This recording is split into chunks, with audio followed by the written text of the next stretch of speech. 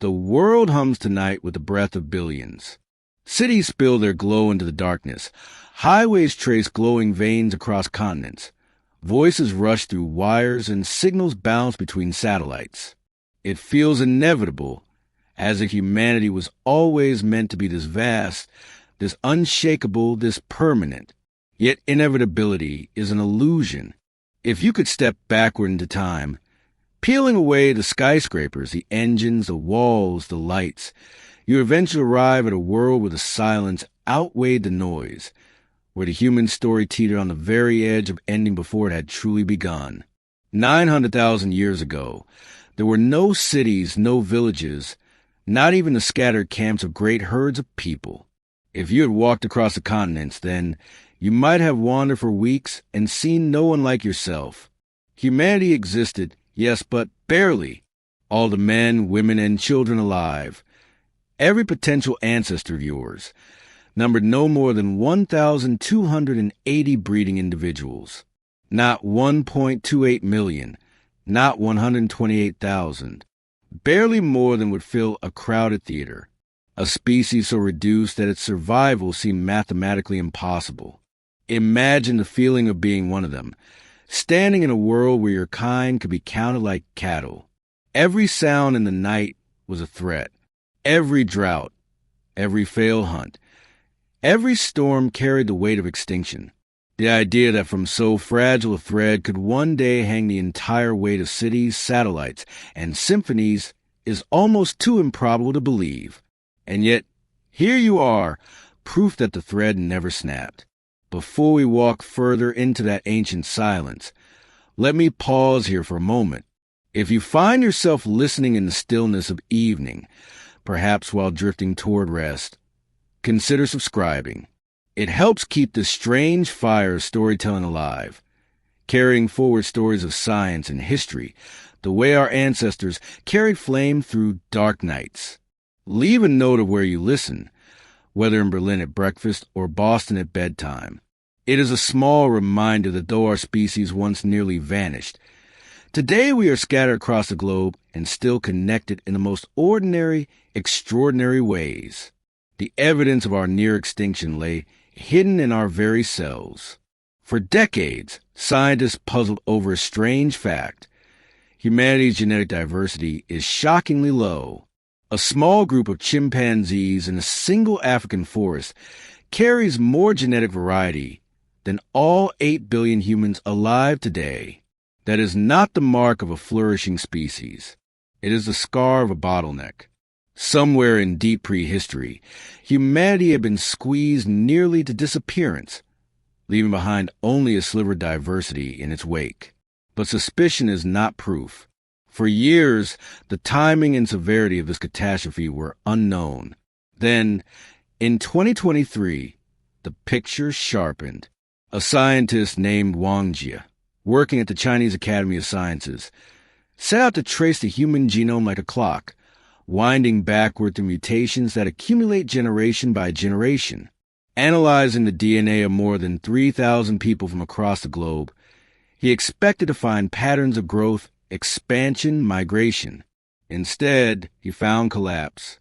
At around 900,000 years ago, the genetic record flatlined. It was as if a film of history had suddenly lost its cast. The screen nearly emptied of actors.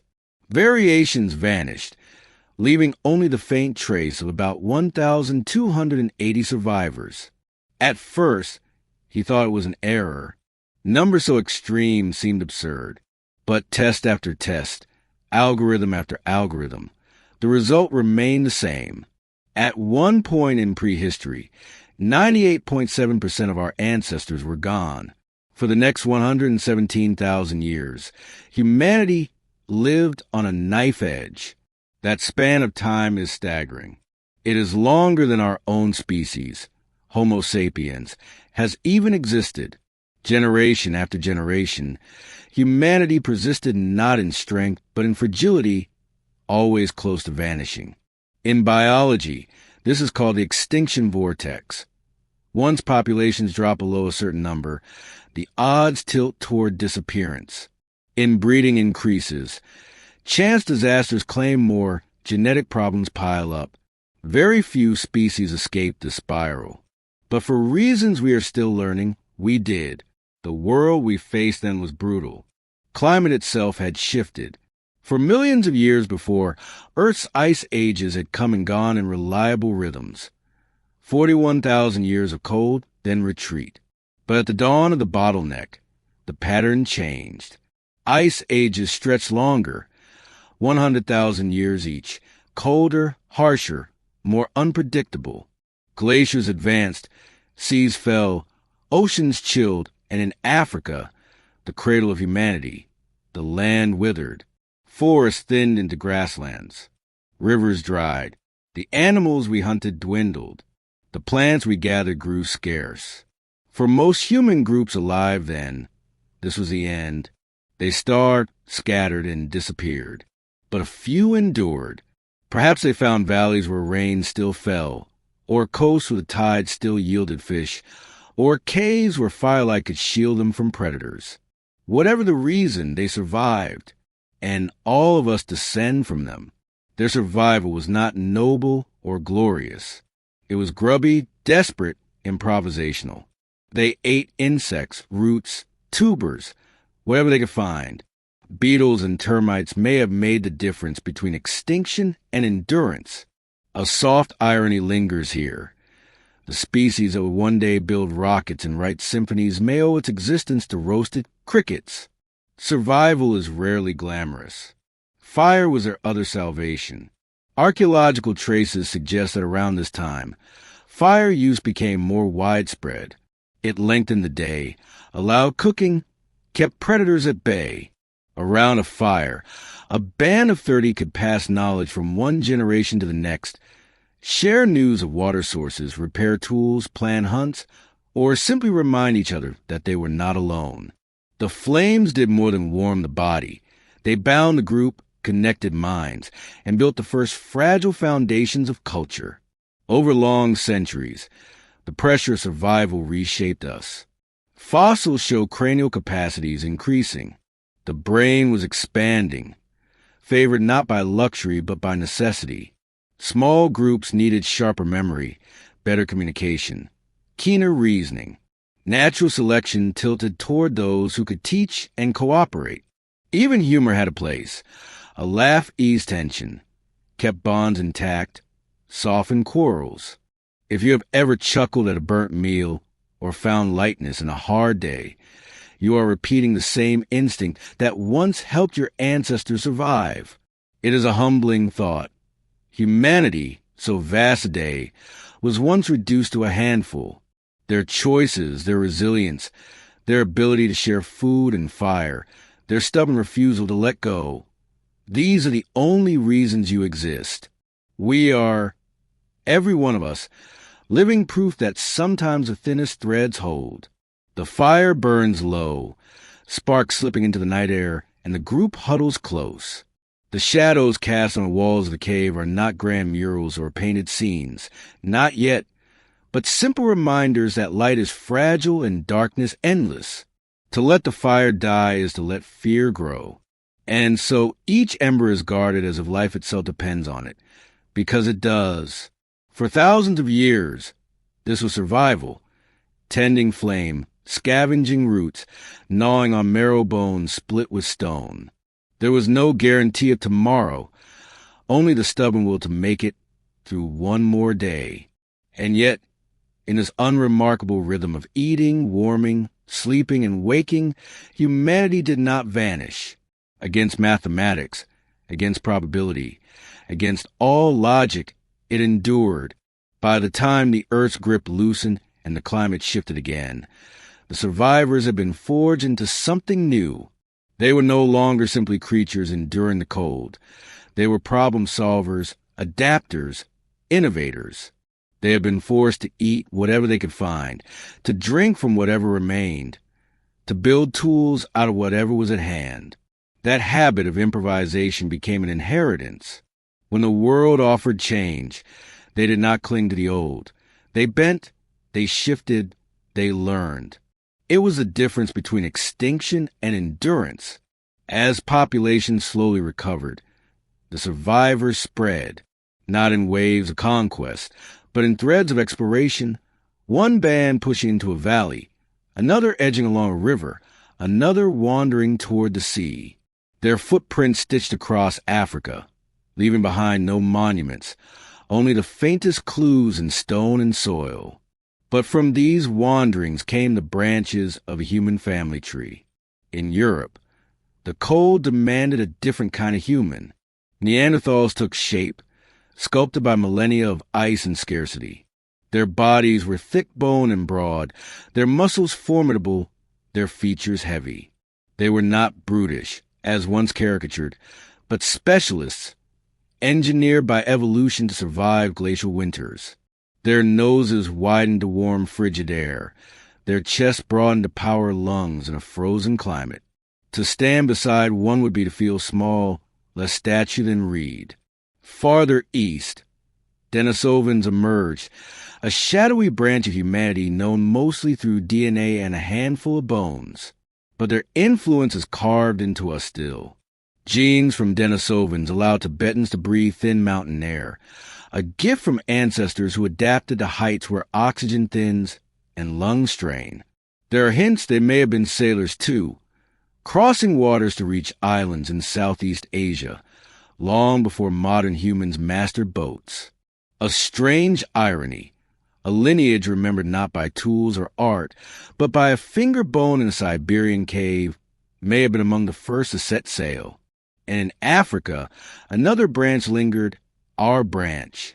Not as strong as Neanderthals, not as specialized as Denisovans, but infinitely adaptable. Where others became experts in one niche, we became generalists. A little weaker, a little slower, a little less perfect, but able to bend where others broke. If Neanderthals were ice-forged blades and Denisovans mountain stone, we were pliant reed and wandering fire. Not perfect anywhere, but capable everywhere. For tens of thousands of years, these branches lived apart, each in their world, each honing its survival. But the earth is small and populations expand, and eventually paths crossed. Imagine being among the first modern humans stepping into the valleys of the Middle East some 60,000 years ago. Your people have only ever known others like yourself. And then, across the ridge, you see them, Neanderthals. Shorter, stronger, their brows heavy, their bodies broad and solid. They are familiar enough to unsettle you. Human, but not quite your kind. Recognition mixes with unease. Encounters like this were not singular events, but rhythms. Sometimes competition. Two groups chasing the same herds. Sometimes exchange, tools, techniques, perhaps even mates. And sometimes something more intimate. Modern DNA carries proof that we interbred with both Neanderthals and Denisovans. If you are of European ancestry, fragments of Neanderthal genes linger in your cells. If you are of Asian or Pacific ancestry, Denisovans whisper through your blood. They are not gone completely. They live on in us, silent stowaways from ancient nights. What set modern humans apart was not strength, but culture. Neanderthals built heavy spears and relied on close hunts requiring many bodies. We built lighter tools and eventually tools to extend reach. Spear throwers that turned a small group into a formidable force. With the right leverage, fewer people could accomplish what once required many. It was not muscle but imagination that shifted the balance. Ideas traveled fast among us. Archaeological sites show standardized tools scattered across vast distances, evidence that knowledge flowed more swiftly than bloodlines. A clever technique discovered in one valley spread to others, carried in voices, demonstrations, memory. Neanderthal tools, by contrast, remained more local, their innovations slower to spread. They were intelligent, but their cultures less fluid. We were flexible, and flexibility proved decisive. Language, too, sharpened. In small groups, precision was survival. A vague warning could kill. A precise one could save. Over generations, Natural selection leaned toward those who could communicate with clarity. Throats, tongues, and minds bent toward expression until words became as vital as fire. With them, we remembered, we taught, we bonded. It was speech that turned scattered families into networks, and networks into the seeds of civilization. And always there was humor. Picture a freezing night, food scarce, tempers short. One stumble, one muttered jest, one laugh shared. A moment of levity could soften quarrels, mend divisions, restore the bond of cooperation. Laughter may have saved as many lives as spears. Survival demanded it. And in the way we still laugh at burnt food, at clumsy hands, at small missteps, we echo the same instincts that once carried us through near extinction. Slowly, the balance tilted. Neanderthals endured for a time, magnificent in their strength, but rigid when the climate shifted again. Denisovans scattered, dwindled. Modern humans, endlessly adaptable, thrived. By 40,000 years ago, Neanderthals had vanished. By 30,000, Denisovans were fading. They're not absent entirely. Their genes flow in us still, but their fires went out. Only one branch of the human family remained to carry flame forward. Yet this was not triumph in the way we think of conquest. It was survival, nothing more. We lived because we bent, because we shared, because we taught, because we could laugh. We lived because we could see the world not only as it was, but as it could be. The embers glow faintly, their light flickering against rough stone. Around them, stories are passed, not yet myths of gods or heroes, but instructions, memories, lessons for survival, where the water flowed last season, which roots are safe and which are bitter poisons, how to strike stone against stone at just the right angle to bring forth a cutting edge sharp enough to pierce hide or carve wood. These stories were not optional. They were lifelines. A lesson forgotten could mean a life lost. And so memory became as sacred as fire, carried forward by words and demonstrations, one generation to the next. This was the dawn of cultural evolution. Until then, change had come slowly through the grinding pace of natural selection. A mutation here, a small advantage there, tested across thousands of years. But with language and teaching, ideas move faster than genes. A clever invention, a new way to shape a blade, a smarter method of trapping an animal. These could leap from group to group, spreading across valleys and mountains in the span of a lifetime. Humanity had found a way to evolve not only biologically but culturally, and that new pace of change became our true advantage. The tools tell the story. Across Africa, thousands of miles apart, stone points take the same forms, as if they were shaped by the same hands. But they were not. It was a design that traveled, not the maker. In that shared shaping lies proof that knowledge flowed like a river, uniting scattered bands into a loose network of shared survival. It was not empire, not nation, not even tribe as we think of it, but something quieter. Ideas carried across space, binding people into an invisible web. This is where the roots of civilization lie, not in walls or palaces, but in the ability to transmit memory, to tell a child how to make a tool, to sing a rhythm that recalls the path of stars, to mimic the gesture that shows how to twist sinew into chord. Every human act of teaching today, from classrooms to bedtime stories, is an echo of those first nights when survival depended on remembering and sharing. And with sharing came bonds. In groups so small, cooperation was everything. One quarrel, one refusal to share, one breach of trust could spell disaster for all. Natural selection leaned not only towards sharper minds, but towards stronger bonds. We became social in a way no other animal had ever been. Our survival depended less on the strength of the individual and more on the cohesion of the group. To work together was not a choice, but a necessity. Perhaps this is why laughter became so vital. In the hard silence of scarcity, a shared chuckle was not frivolous but functional. A burnt root, a clumsy slip, a crooked spear, Each could spark amusement, ease tension, remind the group that they were more than their hunger. To laugh together was to survive together. And so, humor joined fire and memory as one of the pillars of endurance. As generations passed, the brain continued to grow. Fossils show cranial capacities larger than those of their predecessors, shaped by the relentless demand for memory, reasoning, and teaching. But the growth was not only in size, it was in connection. Our minds became wired for language, for cooperation, for empathy. When we gaze into another's eyes today and feel what they feel, we are living with circuitry carved in the bottleneck. The expansion outward continued. Groups spread, thin and scattered, across Africa. Some found shelter in fertile valleys, others along coasts, others near rivers that still flowed. They were not one people in the way we think of nations, but they were connected nonetheless.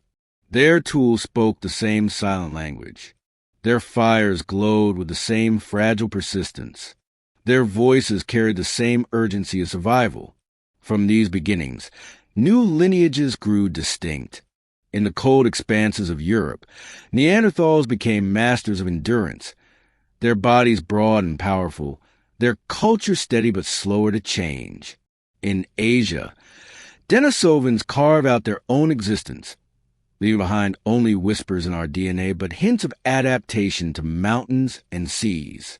And in Africa, our lineage, Homo sapiens, carried forward the legacy of adaptability, not perfected for one place, but capable of living in all.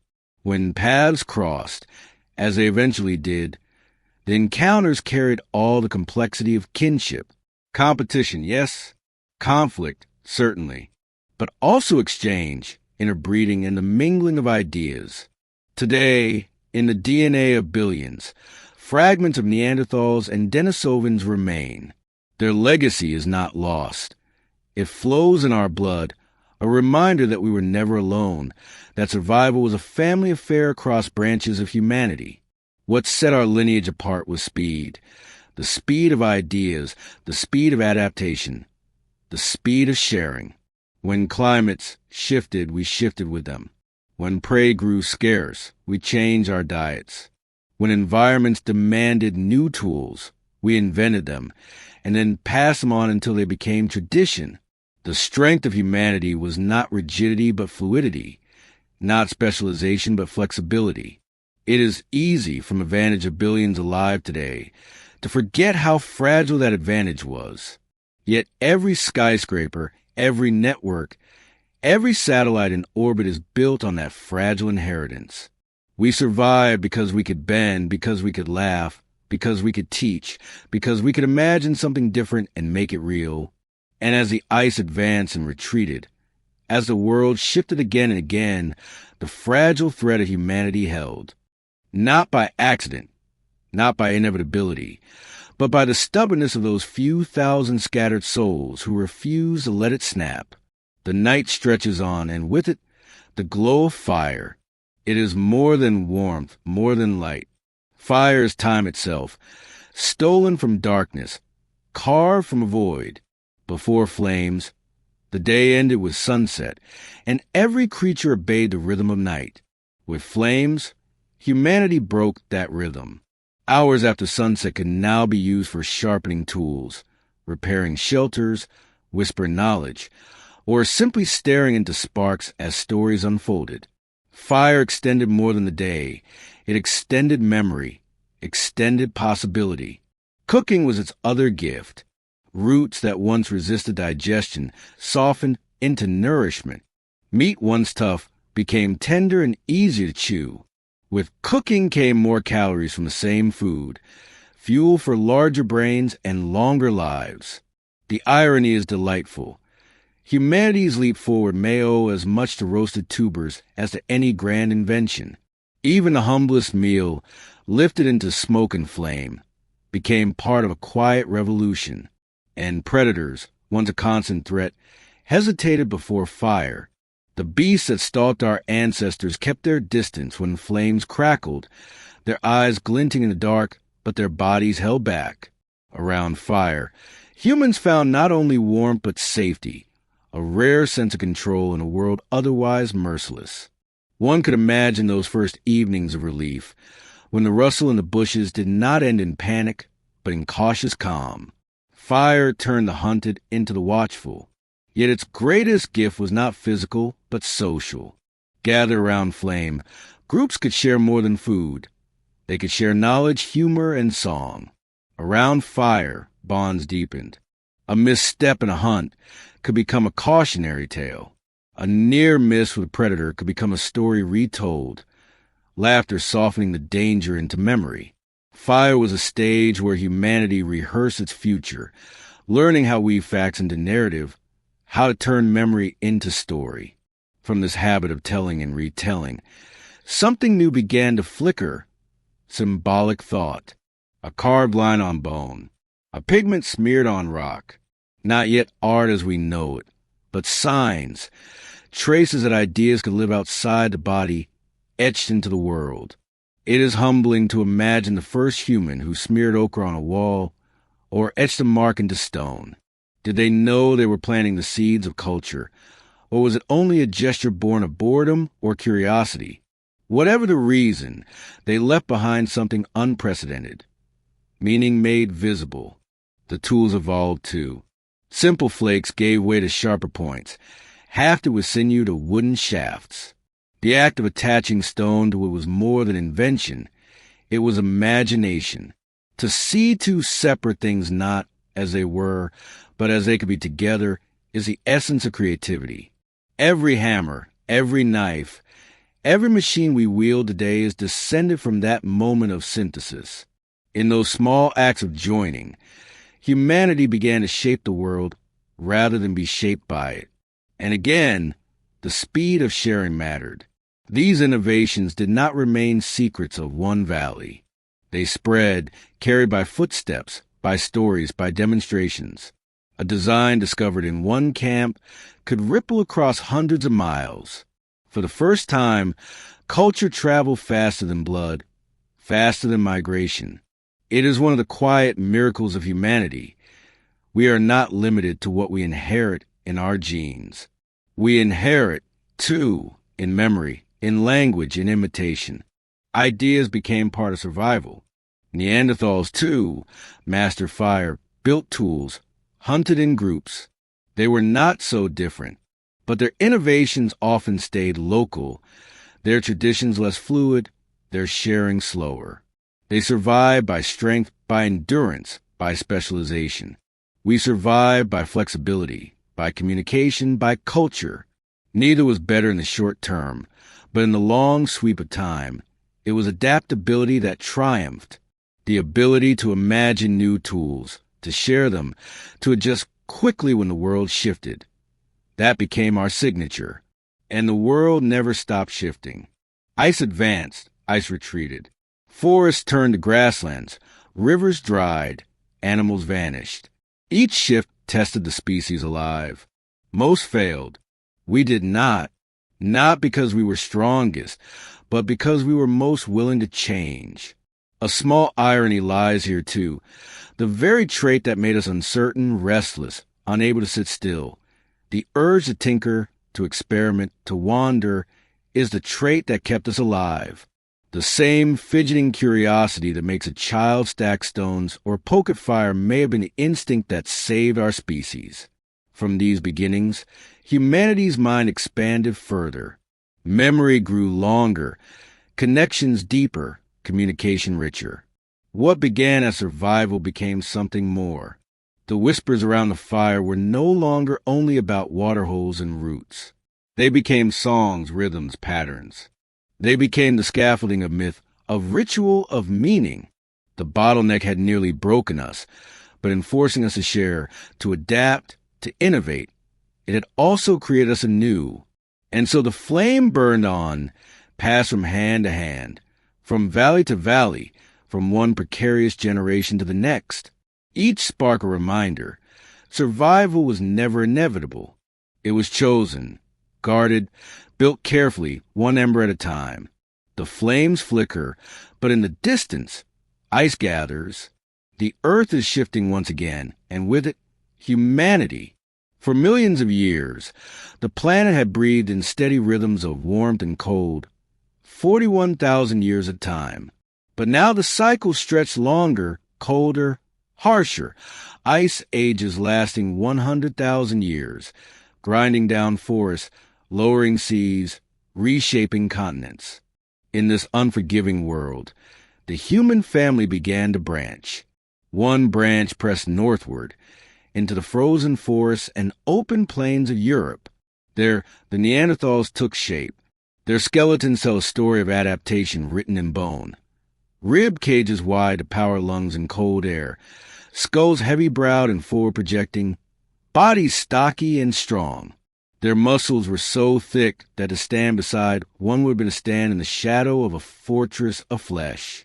They were built to endure winters that stretched like lifetimes, to survive in a land where the sun gave little warmth. Farther east, another lineage carved out its place. The Denisovans are shadows in the fossil record, fragments of teeth and bone discovered in a Siberian cave, but their DNA speaks volumes. It lingers today in the blood of people across Asia and the Pacific. Genes inherited from Denisovans allow Tibetans to thrive at altitudes where air thins and most lungs gasp. They suggest ancestors who lived among peaks and glaciers, who adapted to breathe where oxygen is scarce. And some evidence hints at something more astonishing. Denisovans may have reached islands in Southeast Asia, a feat that would have required boats. Imagine them, thousands of years before recorded history, lashing wood into rafts and guiding themselves by currents and stars. Their legacy is faint but extraordinary. And then there was the third branch, our branch. In Africa, Homo sapiens were taking form. We were not as strong as Neanderthals, nor as specialized as Denisovans. Our skeletons were lighter, our builds leaner, our noses narrower. What we lacked in specialization, we gained in adaptability. We could bend where others broke. Our gift was not perfection in one environment, but resilience in all. If Neanderthals were racing machines, tuned perfectly for the icy track of Europe, and Denisovans were mountain climbers, forged for high peaks, then Homo sapiens were all-terrain wanderers. We were not the best at any one thing, but we could survive a little everywhere. For tens of thousands of years, these three cousins lived apart. Each developed its tools, its habits, its strengths. Neanderthals hunted with heavy spears, built shelters, and even buried their dead. Denisovans left few traces, but their genes tell of high places and far journeys. And Homo sapiens, still in Africa, sharpened blades, painted symbols, and refined the restless adaptability inherited from the bottleneck. But the world is not wide enough to keep such cousins apart forever. Populations grew, migration spread, and paths began to cross. Picture yourself as one of the first modern humans stepping out of Africa into the valleys of the Middle East 60,000 years ago. You have only ever known people like yourself. And then you see them, shorter, broader, their brows heavy, their bodies immense. Neanderthals. They look enough like you to unsettle you, enough unlike you to stir unease. It is a mirror warped, a cousin's face glimpsed in the firelight. What followed was not a single meeting, but waves of encounters. Sometimes competition. Two groups chasing the same herd of bison, the same patch of berries. Sometimes violence, a clash of spears, a contest of territory. But other times, cooperation or something more intimate. Modern DNA carries the proof. Europeans today carry 1 to 2% Neanderthal ancestry. Asians and Pacific Islanders carried Denisovan heritage. Interbreeding was not rare. It was part of the story. They are not gone entirely. They live on in us. Neanderthals gave us genes that strengthen immune systems. Denisovans gave us genes that help us breathe thin mountain air. Their fires may be out, their bodies gone, but their legacy hums quietly in our veins. We are not only Homo sapiens. We are a blend, a living mosaic of human survival. What set our branch apart was not muscle, but imagination. Neanderthals could kill a mammoth with 20 hunters and heavy spears. We could do the same with half the number, using spear throwers that hurl weapons farther, safer, faster. Denisovans could survive on mountains. We could survive in deserts, forests, tundras, coasts. Our tools spread faster. Our cultures evolved more quickly. Our languages grew sharper. We had learned, during the bottleneck, that survival belonged not to the strongest, but to the most adaptable. The irony is striking. The very things that make us restless, the urge to wander, to invent, to change, were once the things that kept us alive when the world closed its hand around our throat. We were not destined to succeed. We were forced to innovate, and in that forcing, we became who we are. Slowly, inevitably, the balance shifted. Neanderthals endured for millennia, magnificent in their strength, but rigid in their strategies. Denisovans scattered, their numbers thin, their traces faint. Homo sapiens, endlessly adaptive, spread like a tide. By 40,000 years ago, Neanderthals had vanished. By 30,000, Denisovans were fading. Only one branch remained, carrying within it the echoes of all three. Yet this was not conquest. It was continuity. We live because we inherited their gifts, their strength, their endurance, their adaptations. They live on in us, even as their names fade into history. Humanity, as it exists today, is not pure, but shared. A chorus of survival, blended across branches, born of hardship and fire. And still the ember glows. From 1,000 souls on the brink of extinction came billions. From silence came voices. From fragility came strength. The thread held, and the story did not end. The ice ebbs and flows. The seasons stretch long and brutal.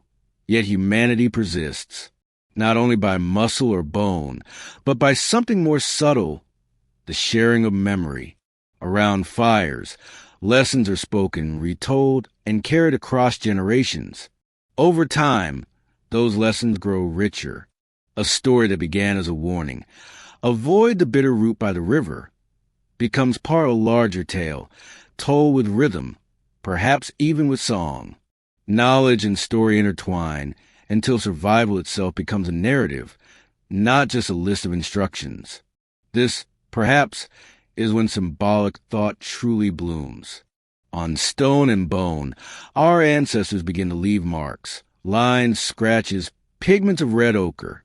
At first, they may be simple notations, reminders of hunt or a tally of days. But soon they take on meaning beyond the practical. A swirl might stand for water. A crosshatch might recall a place. Slowly, marks become symbols. Symbols become art. It is no longer enough to survive. There's a need to remember, to represent, to leave a trace that outlives the body. Consider the power of that first pigment smeared on rock. It did not change the world in a practical sense. No predator was repelled, no root softened by ochre, but it revealed something profound, that humans had begun to see the world not only as it was, but as it could be imagined. A mark could stand for a memory. A color could stand for a thought. The boundary between survival and meaning had begun to blur. And as symbols spread, so did ideas. Tools were no longer just sharp stones, but carefully crafted blades, hafted with cord to wooden shafts. The act of combining two materials into one tool was more than invention. It was metaphor. It required seeing not wood and stone, but spear. It required imagination, the ability to think in terms of what might be rather than what is. That leap, the marriage of elements into something greater, is the foundation of technology itself. Every modern machine, every skyscraper, every spacecraft carries within it the echo of that first hafted spear. The spread of these innovations was swift, at least by the scale of prehistory. Across continents, Similar tools appear, their forms too consistent to be coincidence. Knowledge was moving, carried in stories, in demonstrations, in memory. Humans had discovered a way to evolve not just with genes, but with culture. And cultural evolution ran faster than natural selection, leaping across valleys and mountains, uniting groups that might never meet in person. This was humanity's invisible network, long before writing, long before trade routes or roads. A design for a blade could travel hundreds of miles, pass from one group to another, as valuable as fire itself. We became not only tool makers but sharers of tools, not only inventors but teachers of invention. It is humbling to realize that every time a teacher lifts chalk to a board or a parent shows a child how to tie a knot, they are echoing instincts tens of thousands of years old. The bonds of small groups grew stronger. 2.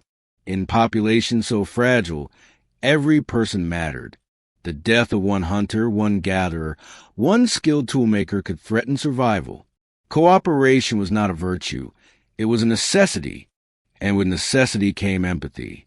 To feel another's pain, to share another's hunger, to celebrate another's joy. These were not luxuries of civilization, but traits forged in scarcity. We became social in a way no other creature had been, bound together not only by blood, but by choice, by trust, by shared memory. Trade, in its earliest form, began to stir. A piece of stone from a faraway mountain might find its way into a camp hundreds of miles distant. A shell from the sea might appear in a valley far inland. These were not accidents. They were the beginnings of exchange networks, faint threads connecting scattered groups. A gift of stone or shell was more than material. It was a bridge of trust, a promise of cooperation, a sign that survival was not only local but collective. Language sharpened in tandem. Words grew more precise, rhythms more complex. A child who could learn quickly, a teacher who could explain clearly, a hunter who could describe accurately. These were the people whose groups endured.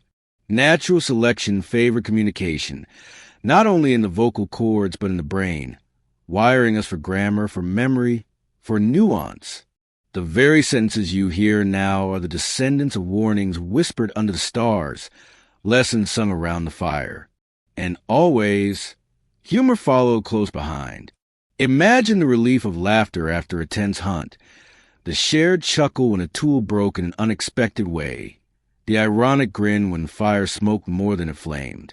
In groups so small, laughter was glue, easing conflict, mending cracks, keeping bonds intact. It was as vital as any spear, as nourishing as any meal. We survived together not only because we worked together, but because we could laugh together.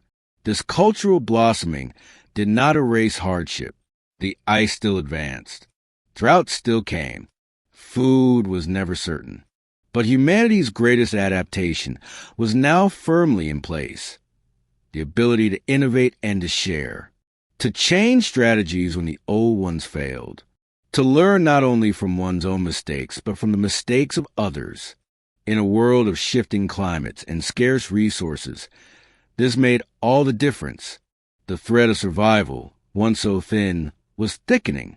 From 1,280 ancestors, from bands of 20 or 30, the population grew, spreading further, carrying fire, carrying memory, carrying the fragile but unbroken spark of humanity. It was still a precarious existence, but it was no longer only endurance. It was a beginning of imagination, of meaning, of culture, the quiet foundations of what one day will become civilization. The wind carries dust across the savannah, and the horizon stretches wide. For thousands of years, small bands of humans have wandered these lands, their numbers growing slowly, their fires spreading from valley to valley. But now, some begin to move farther. Rivers become roads. Coastlines become paths. Curiosity, hunger, and necessity press them outward. The Great Migration begins, not with armies or caravans, but with a few families carrying fire in their hands and memory in their minds. The world they enter is already occupied. In Europe, Neanderthals hold the icy plains. In Asia, Denisovans inhabit mountains and forests. The earth is not empty. It is filled with cousins. Each lineage carries the same ancient spark, each shaped by the bottleneck, but molded differently by climate and chance. Encounters are inevitable. Imagine being among the first modern humans to step into the Middle East some 60,000 years ago. Your group has never seen anyone unlike yourselves. And then, across the valley, you see them, shorter, broader, their brows heavy, their bodies solid as oak. They are Neanderthals. They look close enough to be unsettling, but different enough to stir caution. You study them, they study you. Recognition mingles with distance. It is like meeting a reflection in a warped mirror. These encounters were not singular moments, but recurring events across millennia. Sometimes they ended in conflict. Two groups chasing the same herd, two bands seeking the same cave. Sometimes they ended in exchange. Stone traded for shells, knowledge passed between fires. And sometimes they ended in intimacy. We know this because fragments of their blood still flow in us. If you are of European descent, 1 to 2% of your DNA comes from Neanderthals. If your ancestry lies in Asia or the Pacific, Denisovans whisper in your genome, their legacy written in your cells. Some of their gifts remain useful even now. Genes inherited from Neanderthals help fight infections. Genes from Denisovans help Tibetans breathe thin air on Himalayan peaks. They are not entirely gone. Their fires went out, but their blood lingers in ours, a quiet reminder that we are not the only branch of humanity, just the one left walking. The differences between us shaped how these encounters unfolded. Neanderthals, for all their strength, hunted in close combat. Their spears were heavy, their hunts dangerous, requiring many bodies working together. Modern humans, by contrast, developed spear throwers that multiplied reach. With fewer hunters, we could kill from a distance. It was not muscle but imagination that shifted the balance. One tool could turn 10 into 20, could make a small band equal to a larger one. Ideas traveled quickly among us, too. Tools found in Africa appear in nearly identical forms in Europe, suggesting designs move faster than migrations. A clever technique was not kept secret, but passed on, rippling outward in memory and demonstration. Neanderthal tools, by comparison, often remained local, their innovations slower to spread. They were capable, intelligent, but their cultures were less fluid. We were restless, and restlessness proved decisive. Language sharpened the divide further. Our survival depended on precision, on describing where water flowed, which plants could heal, which animals could kill. In small groups, vagueness was deadly, clarity was life. Over time, natural selection favored sharper tongues and sharper minds. When humans and Neanderthals met, our words may have carried an advantage as real as any spear. And still, laughter remained a tool of survival. When bands of modern humans met Neanderthals, tension would have been inevitable. But within our own groups, humor kept us whole. It softened quarrels, eased hunger, restored trust. Imagine a night when a spear broke, a meal burned, and someone muttered a wry remark that sparked laughter. It was more than relief, it was strategy. A group that could laugh together could survive together. For thousands of years, these human branches coexisted. They traded, fought, interbred. The world was not yet dominated by one lineage, but balanced among several. And yet, slowly, the scales tipped. Neanderthals, magnificent specialists of the ice, struggled when climate shifted again. Denisovans, scattered thin across mountains and forests, dwindled. Modern humans, adaptable, restless, inventive, expanded. By 40,000 years ago, Neanderthals were fading from Europe. By 30,000, Denisovans were reduced to whispers. Only one branch remained, carrying within the gift of all three: the strength of Neanderthals, the endurance of Denisovans, the adaptability of Homo sapiens, all fused in us. It was not conquest in the way we imagine armies conquering. It was continuity, survival by flexibility. We live because we inherited not only their genes, but their lessons. We are not pure, but mixed, not singular, but shared. Humanity is a chorus, each voice shaped by ancient hardship, blended across branches that once burned their own fires beneath the same stars. The world begins to open. Step by step, season by season, bands of humans move outward from Africa, their fires scattering across continents like stars spreading in the night. They follow rivers as though they were roads, coasts as though they were pathways, grasslands as though they were invitations. Hunger drives them, curiosity pulls them, and adaptability carries them farther than any cousin species ever ventured. With them, they carry more than tools and fire. They carry culture, memory, story. Wherever they go, traces of ochre appear, red pigment smeared on bone, on shells, on stone. These are not tools for hunting or cooking. They are marks of meaning. A hand pressed against rock and dusted with pigment leaves behind a negative space, a reminder: I was here. We were here. Even when the body is gone, the mark remains. This is the first art, humble but profound. It is a declaration of presence, a whisper to the future. It shows that humans no longer lived only in the moment of survival, but have begun to think in terms of time, of memory, of legacy. The act of painting a wall did not feed a child or fend off a predator, but it fed the spirit. It made the invisible visible. Music, too, flickers into being. A bone carved with holes becomes a flute. The sound it produces is not practical. It does not kill game or kindle fire, but it binds a group together.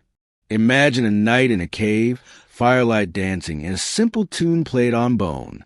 The notes rise, echoing in the stone, lifting spirits, soothing fears. Music becomes a new kind of fire, one that warms not the body but the mind. And alongside art and song came trade. Pieces of stone from distant mountains appear in camps far away from their source. Seashells from coasts are found deep inland. These are not accidents of migration. They are proof of networks, threads of trust linking groups who may never meet directly. A stone passed from one band to another, a shell gifted and carried, becomes more than an object. It becomes a symbol of connection. Humanity, still fragile, still scattered, was already learning to weave itself into something larger than any single group. Language sharpened further, carrying not only warnings but stories, not only instructions but ideas. To teach a child how to shape a tool was one thing. To tell them why it mattered, to frame it in memory, was another. Words began to carry weight beyond the immediate. They carried belief, identity, myth. The seeds of culture were germinating, watered by story and song, growing in the soil of survival. Neanderthals and Denisovans had their own ways of living, their own tools, their own traditions. But the difference was speed. Modern humans shared faster, adapted quicker, imagined wider. A new design for a spear point could spread hundreds of miles in a single generation. A new symbol could echo across caves from Africa to Europe. Ideas became the currency of survival, and the species that could exchange them most quickly gained the advantage. This acceleration was subtle but decisive. It meant that even small groups could thrive. 20 humans with a clever tool or a shared story could outlast 50 without them. Innovation became a multiplier, a force greater than muscle or bone. And the habit of passing ideas, of teaching children, of rehearsing knowledge around the fire, created continuity that could not be erased by death alone. Even if one generation perished, the idea survived, carried by others, carried forward. Art, music, trade, language, none of these were luxuries. They were the invisible architecture of survival. They bound groups together, extended memory, created trust, fostered cooperation. They made humanity not only a species that endured, but a species that imagined. An imagination, once unleashed, could not be contained. The irony is gentle but profound. The things that seem least practical, the smear of paint on a wall, the hollow bone played for sound, the shell carried far inland, were the very things that helped ensure survival. They built cohesion, gave meaning, soothed fear, strengthened bonds. They kept the fire burning, not only in wood but in spirit. As humanity spread, the earth itself bore witness. From Africa to Europe to Asia, footprints marked new lands. Caves bore symbols. Camps left tools.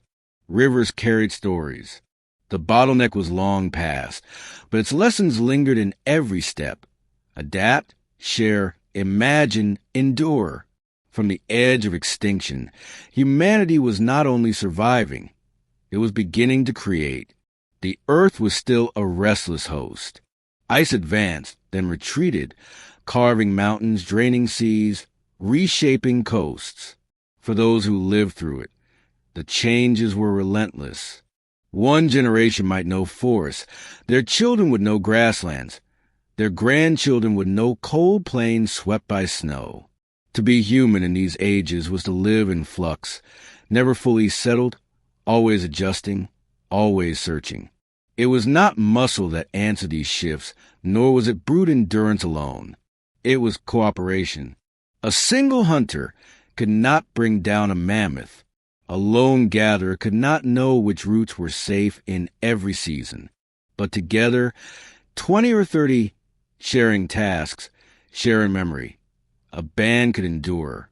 Cooperation was survival, as vital as fire.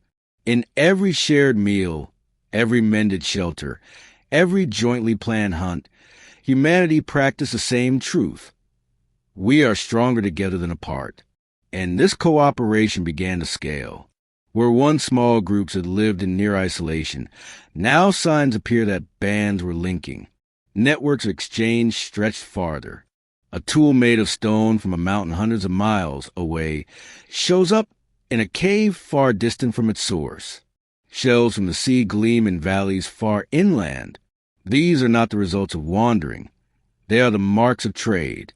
One group carried a shell to another, who carried it farther still. The chain of trust lengthened, and with it, the web of survival. The beginnings of ritual, too, can be glimpsed in this era. Graves appear with objects placed beside the dead. A body is buried with a tool, with pigment, with flowers. It is not proof of religion in the modern sense, but it is proof of meaning. To place an object with the dead is to say, this person mattered. They are gone, but they are remembered. Death was no longer only an end. It had become a story, and stories are powerful. They bind the living. They honor the past. They guide the future. In caves, paintings bloom. Herds of animals run across stone walls. Their bodies render with care. Their movements captured in ochre and charcoal. Hands press against stone, leaving outlines that still whisper across tens of thousands of years. We were here. These images were not mere decoration. They may have been guides to hunting, rituals for survival, or simply expressions of awe. Whatever their purpose, they reveal a mind reaching beyond necessity into imagination. The climate remained harsh. Glaciers loomed, seasons stretched long. Food was never certain. But these new layers of culture, art, ritual, trade, gave humanity resilience. A group bound by story could endure longer than one bound only by hunger. A group that traded could survive drought by relying on distant allies. A group that remembered its dead carried continuity, a sense that survival was not only of bodies, but of meaning. Neanderthals, too, left signs of culture, burials, tools, traces of fire. They were not without imagination. But modern humans carried something different. Speed. The speed of change, the speed of sharing, the speed of adapting. Ideas flowed like rivers among us, and rivers carve landscapes. Over time, this difference widened the gap. In these long millennia, the seeds of civilization were planted. Not cities, not states, not even villages yet. But the foundations were there. Networks of exchange, rituals of meaning, symbols on stone, songs in the dark. Humanity was learning to weave itself together into something greater than survival. The irony is gentle. In the age of scarcity, when every calorie counted, humans devoted time to painting, to music, to burying the dead. Acts that seemed impractical were, in truth, the glue of survival. They made groups stronger, bonds tighter, hope brighter. A song did not fill the stomach, but it fed the will. And sometimes, will is the difference between persistence and collapse.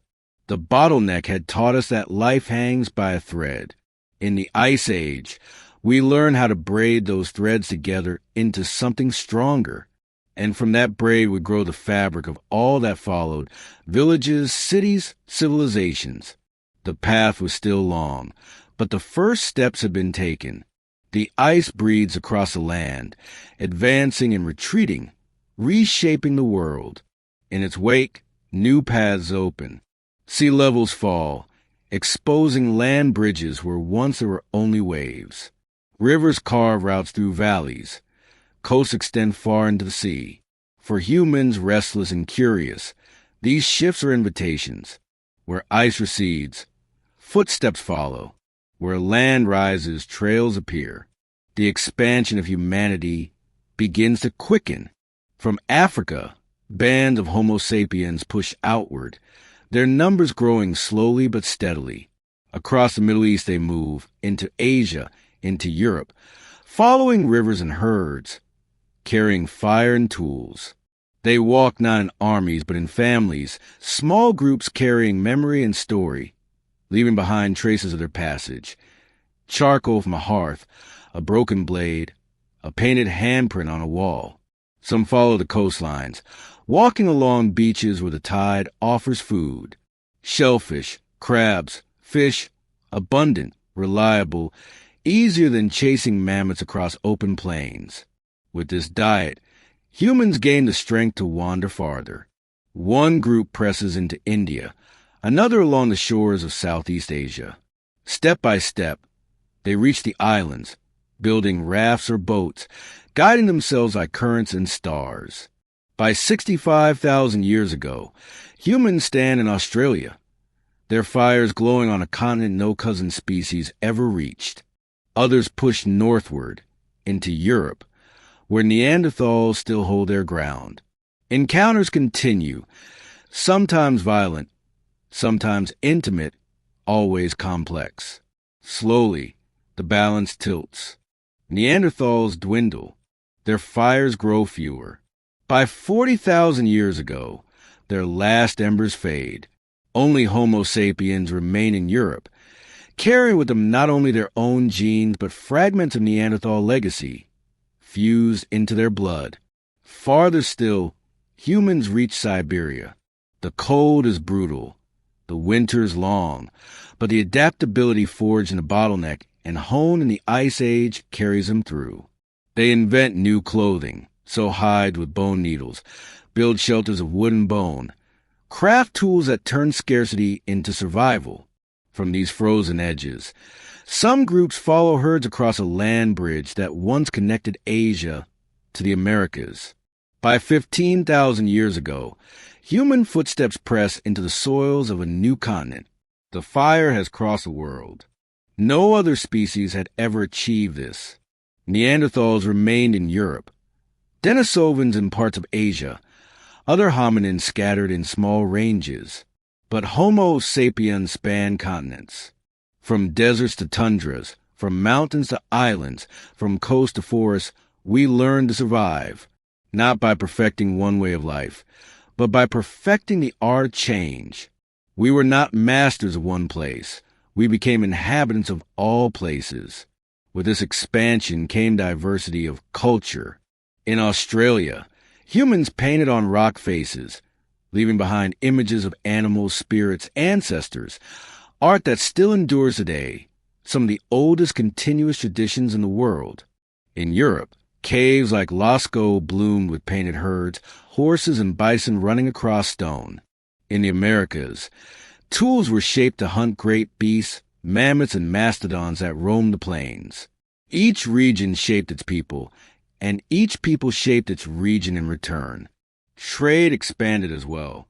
Obsidian from one mountain appears hundreds of miles away. Shells from distant coasts are found in inland graves. Networks grew, carrying not only goods but ideas. A tool perfected in one valley could ripple across entire continents in time. For the first time in history, humanity was not only local but global, bound by invisible threads of exchange.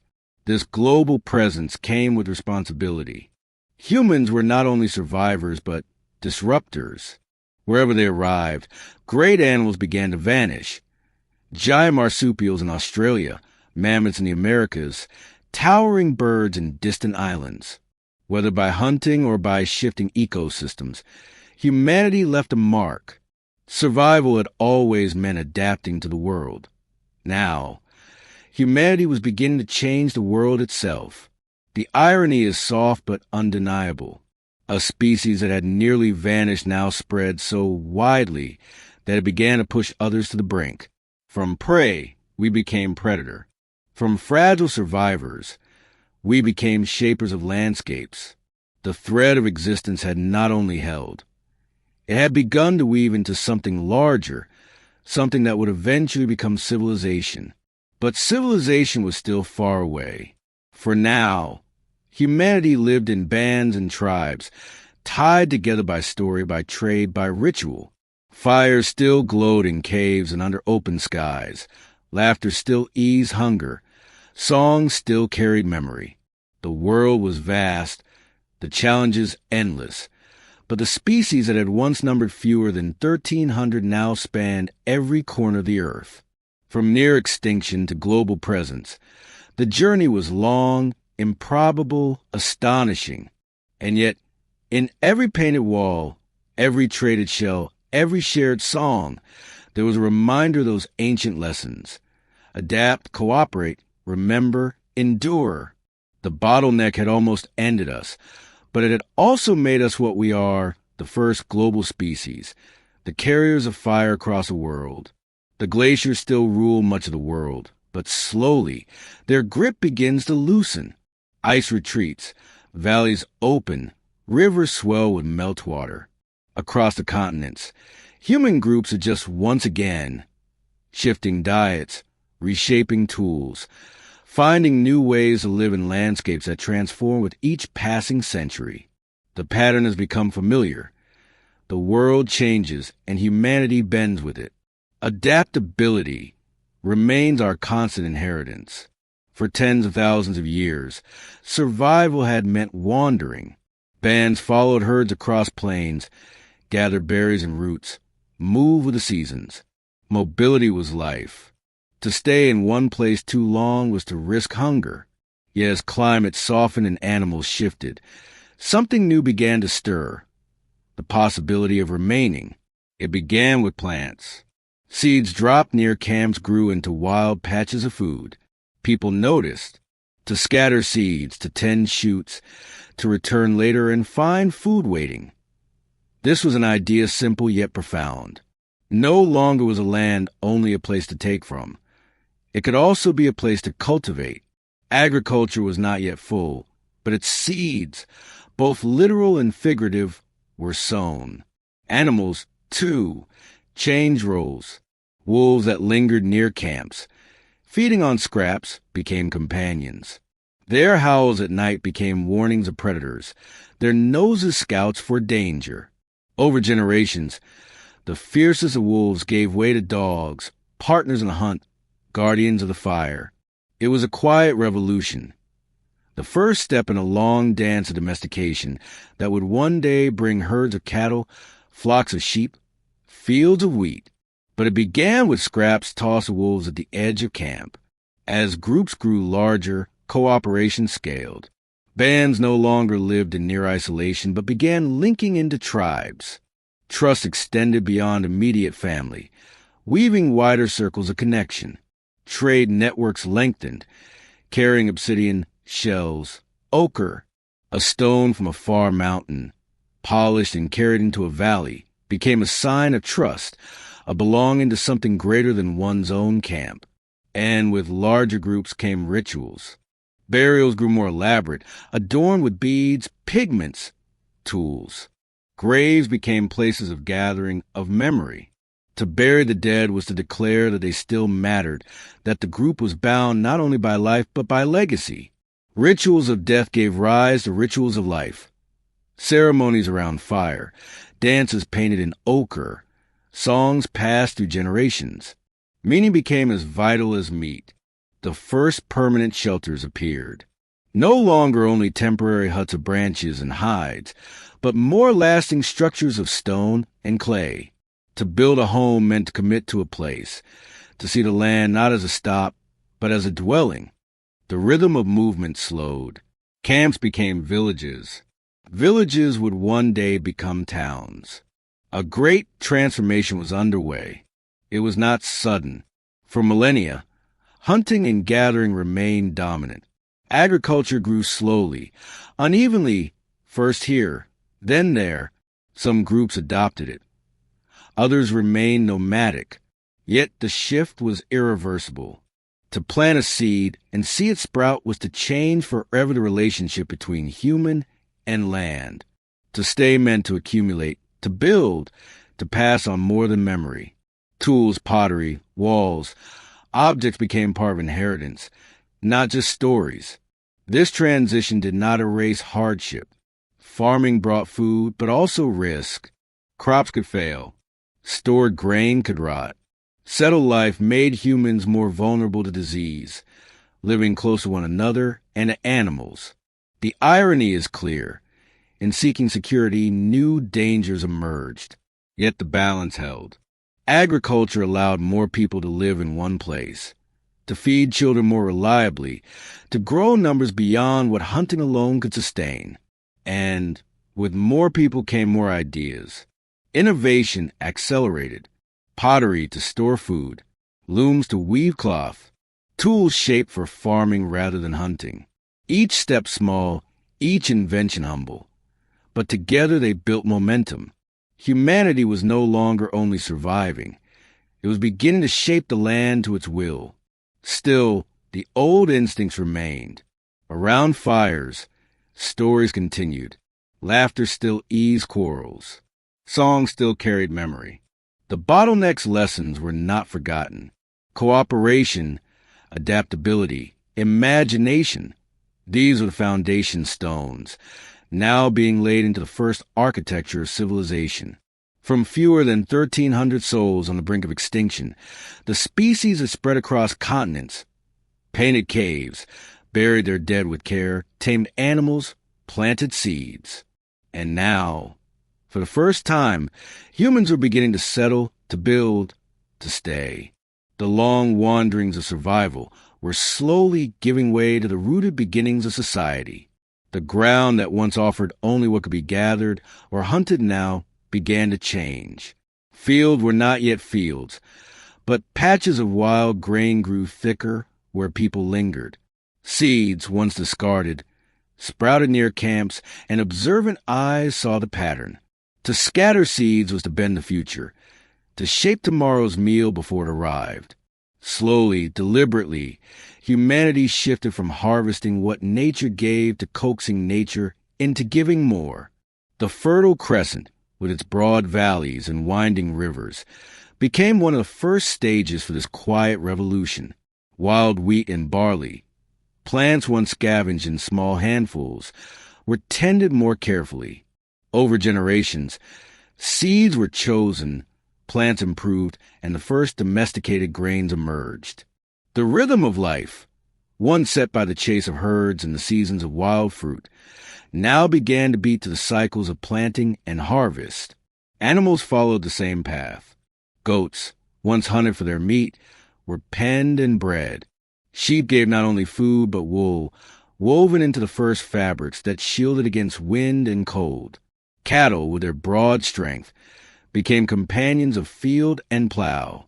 The great shift had begun. Humans were no longer only part of the ecosystem, reacting to it. They were beginning to manage it, direct it, reshape it. The transformation was immense, though it unfolded over centuries so slowly that no one person would have noticed. For those living through it, life still meant toil, hunger, danger. But beneath the surface, change was unstoppable. To plant a seed and watch it sprout was to rewrite the rules of survival. What had once been uncertain, whether food would be found, was now more predictable. Stored grain could carry families through lean seasons. Herds could be tended rather than chased. Stability crept in, fragile but growing. Villages sprouted as surely as crops. Where once people had built only temporary shelters of wood and hide, now stone foundations appeared, walls of mud brick, hearths that burned year after year. To remain in one place meant to invest in it. Houses were built to last. Tools were crafted not only for use, but for storage. Pottery emerged, shaped in fire to hold grain, water, oil. A clay pot, humble as it seems, was a revolution. It meant that food could be saved, shared, traded. It meant that the surplus of one season could soften the famine of the next. Trade networks expanded. A village with fertile fields might exchange grain for obsidian blades from distant mountains. Shells still traveled inland, now joined by beads, cloth, and livestock. Each exchange carried not only goods but trust, knowledge, and story. To trade was to weave the world tighter, to turn isolated settlements into a web of cooperation. And with permanence came new challenges. Crops could fail under drought. Herds could sicken. Disease, once limited in small bands, now spread more easily among crowded villages. Settled life gave safety, but also brought vulnerability. The irony is sharp. In leaving behind the dangers of hunger in the wild, humans found new dangers in their fields and homes. Yet the balance favored settlement. The advantages outweighed the risks. Populations grew, numbers swelled, villages expanded, meaning deepened alongside survival. Rituals became more elaborate. Ceremonies marked planting and harvest, life and death, the turning of seasons. Graves were adorned with beads, tools, pigments. Temples rose, simple at first, then grander, places where communities gathered to honor gods, ancestors, or forces unseen. The human instinct to seek meaning, born in the bottleneck, flowered in settled life. Art flourished. Walls bore not only handprints, but animals, spirals, patterns. Carvings appeared on stone, figures shaped from clay. Music swelled, with flutes and drums carrying rhythm into the night. These were not distractions, but expressions of belonging, of identity. A painted wall said, "This is who we are." A carved figure said, "This is what we believe." Culture was no longer a tool for survival alone. It had become the heart of human life. The seeds of civilization were now firmly in the soil. From scattered bands barely surviving, humanity had become farmers, herders, builders. Villages grew into towns. Towns, one day, would grow into cities. The fire that had once been passed hand to hand in caves now burned in hearths that never went cold, in settlements that outlasted generations. It is humbling to remember that all of this, the fields, the herds, the walls, the art, emerged from a species that once numbered only 1,000 souls.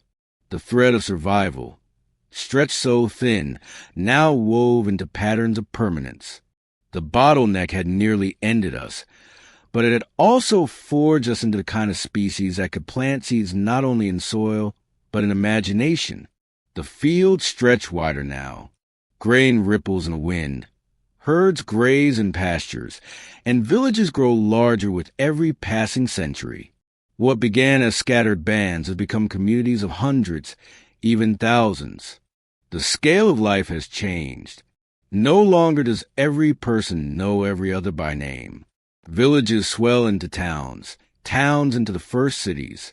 The rhythm of humanity is shifting once more. In Mesopotamia, between the rivers Tigris and Euphrates, fertile soil yields abundant harvests. Surplus grain fills storerooms, supporting populations larger than ever before. Irrigation canals are carved into land, guiding water where it is needed. With food secured, not everyone must labor in the fields. Some become potters, others weavers, others builders. Specialization begins, and with it, the first sparks of complexity. Walls rise around settlements. Temples soar above rooftops. Markets hum with trade. From Egypt's Nile Valley to the Indus River plains, from China's Yellow River to the Andes, humanity is building more than villages. It is building civilizations. Each one grows from the same ancient lessons of survival: cooperation, adaptability, imagination. Yet now those lessons scale beyond bands and tribes, shaping societies of thousands. Writing emerges. At first, it is simple: marks on clay tablets, tallies of grain, records of trade. But soon, symbols bloom into language. Words, once carried only in memory and voice, are etched into stone, pressed into clay, painted onto papyrus. For the first time, knowledge can leap across generations without relying solely on memory. A story can outlast the storyteller. A law can endure beyond the leader who proclaimed it. Writing transforms culture into permanence. Cities become centers of power and belief. In Mesopotamia, ziggurats rise, stairways to the heavens. In Egypt, pyramids climb toward the sky, monuments to kings who claim the divine. In the Indus Valley, streets are laid in careful grids, drainage systems carved beneath. In China, dynasties form, binding people under banners and ancestors. Everywhere, the same thread runs through. From fragile survival, humanity has grown into builders of worlds. Trade expands across continents. Obsidian, lapis lazuli, copper, and tin travel vast distances, carried by caravans, floated down rivers, loaded onto ships. Goods are exchanged, but so are ideas. Mathematics, astronomy, farming techniques, myths. Knowledge spreads like fire leaping from torch to torch. Civilizations influence one another, even if their people never meet. The world is becoming interconnected, bound not only by survival but by exchange. Of course, with scale comes conflict. Armies form, weapons sharpen, wars erupt over land, water, wealth. But even in strife, the same principles of cooperation and innovation guide humanity forward. New tools of war become new tools of building. Roads carved for armies become roads for trade. Fortresses become cities. Out of struggle, growth continues. And through it all, meaning deepens. Temples, shrines, myths, rituals. Humans seek not only to survive, but to understand. The same impulse that painted hands on cave walls now builds cathedrals and scripts holy texts. Questions echo: who are we? Why are we here? What lies beyond death? The answers differ from place to place, but the impulse is the same. To survive as a species is not only to eat and drink. It is to seek meaning, to tell stories, to connect a fleeting moment of life to something larger. It is tempting to see cities as the inevitable outcome of humanity's journey. But nothing about them was inevitable. They rest, like everything else, on the survival of a handful of ancestors who endured the bottleneck nearly 1 million years ago. Without their stubbornness, without their laughter, without their fire, there would be no cities, no pyramids, no writing, no history. The towers of today are built on the fragile sparks of yesterday. The irony remains. A species that once survived by roasting beetles and guarding scraps of fire now shapes rivers, builds monuments of stone, and reaches toward the heavens. Yet, beneath the grandeur lies the same inheritance. Adaptability, cooperation, imagination. These are the true foundations of civilization. And so the thread holds. From 1,000 souls, the story has grown into millions, into cities, into history. The fire has not only endured, it has illuminated the world. The first cities are alive with sound. Markets bustle with trade, voices calling out prices, haggling over grain, beads, cloth. Hammers strike stone. Chisels carve symbols into tablets. Children play in narrow streets. Above it all, temples rise, smoke curling skyward in offerings of gods unseen. Civilization has begun, but it is still fragile as the fire once guarded in caves. In Mesopotamia, the land between rivers, the first laws are etched into stone. The Code of Hammurabi declares rules for trade, marriage, justice. It is more than words. It is order, binding thousands under the same agreements. What began as cooperation in small bands has now become cooperation on a massive scale. No longer does survival depend only on trust within families. It depends on rules that hold strangers together in the same city. Technology advances. Bronze, born of copper and tin, sharpens blades and strengthens tools. Fields yield more grain with plows guided by oxen. Irrigation spreads water farther, carrying fertility into dry soil. With each invention, populations grow, cities swell, networks expand. The lessons of adaptation, learned in the bottleneck, are now applied to entire societies. Humanity is no longer only surviving. It is thriving, reshaping the very landscapes it inhabits. But growth brings fragility. Civilizations rise, yet they also fall. Drought can wither fields. Famine can hollow cities. Invasions can topple kings. In Mesopotamia, empires rise and collapse like waves. Egypt's dynasties flourish for centuries, only to fracture in the face of drought and war. The Indus Valley cities, with their careful grids and drainage, vanish into silence, their script unreadable, their people scattered. The lesson is as old as the bottleneck. Survival is never guaranteed. Strength lies not in permanence, but in adaptability. Knowledge spreads even through collapse. The Phoenicians sailed the seas, carrying goods and an alphabet that will shape languages for millennia. In China, dynasties rise, bringing paper, silk, and philosophy. In the Mediterranean, Greece emerges with art, democracy, and science. Rome with roads, aqueducts, and law. Each civilization borrows from those before, weaving a tapestry of progress that no single people could have made alone. Trade routes stretch wider. Caravans cross deserts. Ships sail across seas, linking continents in webs exchange. Alongside silk and spices travel stories and ideas. Mathematics from Babylon shapes calculations in Greece. Paper from China carries words across the Islamic world. The concept of zero, born in India, spreads outward, changing the way humans think of numbers and infinity. Ideas, once whispered around fires, now travel the world. Religion deepens and diversifies. Gods multiply. Temples soar. Sacred texts are written. Each tradition carries echoes of the same instinct. To find meaning, to connect life fragility with something eternal. Whether in pyramids, ziggurats, shrines, or cathedrals, the message is similar. Survival is not enough. Life must have purpose. The same impulse that painted hands on cave walls now builds vast structures of stone and faith.